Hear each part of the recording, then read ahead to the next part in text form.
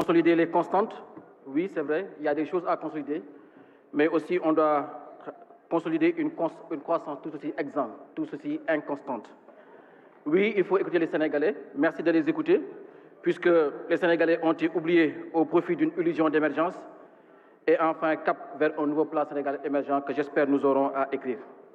Monsieur le Premier ministre, j'aurais bien voulu partager votre enthousiasme, votre volonté de faire, mais vous savez que nous sommes dans un temps qui n'est pas un temps de réforme, qui n'est pas un temps de changement, puisque nous sommes à quelques mois d'élection présidentielle cruciale, très très importante pour le pays.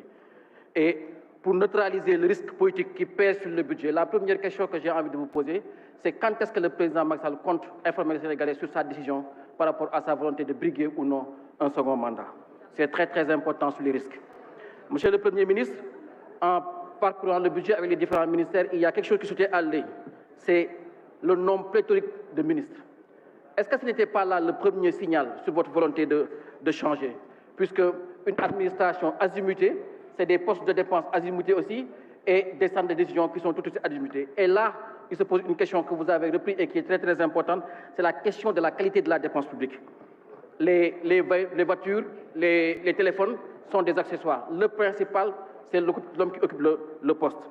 Et par prolongement aussi la question des marchés publics au Sénégal, qui sont devenus une usine à gaz que personne ne maîtrise et qui est la première niche de corruption. Monsieur le Premier ministre, nous qui sommes des territoires du Sénégal, nous avons un rêve, peut-être que nous avons envie de vous confier. Oui, Promoville c'est bon, oui, Pakasen c'est bon, mais Sat Abdoulaye Wade, Dakar, 150 milliards, BRT 500 milliards Dakar, Terre 1000 milliards Dakar. Rien que Dakar, c'est plus de 5 000 milliards d'investissements. Nous voulons le Big Bang de nos investissements sur nos territoires. Nous voulons qu'on nous change la face de nos territoires. Nous voulons qu'en une année, que les chefs-lieux de région puissent bénéficier de 100 à 150 milliards d'un coup. C'est ça qui va changer nos territoires. Pas 5 km de route ou 2 km de pavé, puisque quand vous allez dans les régions, vous entrez, ne serait-ce que dans les écoles primaires, vous voyez à quel point les écoles sont en train de se détruire, sans compter la question des abris provisoires. Notre rêve, c'est que l'État remette la justice dans ses investissements en mettant chaque année une enveloppe conséquente par chronologie en fonction des chefs de région, en fonction aussi de leur potentiel sur la capacité à impacter sur la croissance du pays. Monsieur le ministre, le président de la République avait dit au CICAD qu'il est prêt à mettre 500 milliards sur la santé, à condition qu'on fasse les réformes qu'il faut faire. Réforme des pharmacies et des pharmacopées, réforme des ressources humaines dans le système sanitaire, réforme du financement de la santé. Vous êtes en train de nous construire un hôpital à principal, une clinique privée de 60 milliards, alors qu'on doit 3 milliards au titre des initiatives de gratuité. Vous êtes en train de nous construire un hôpital neuf à Dantec. Est-ce qu'on n'est pas en train de nous créer une médecine des riches et une médecine des pauvres? Alors que les réformes du système sanitaire ne sont pas encore faites et le président l'avait demandé urbi ou orbi. Est-ce que vous allez les mettre en œuvre cette année?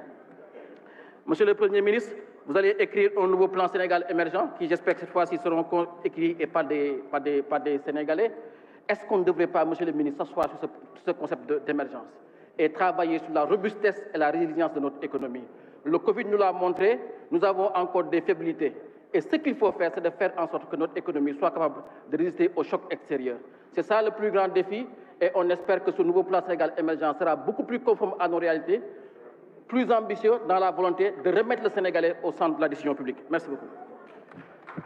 Merci. La parole est à notre collègue Nafissatou Diallo.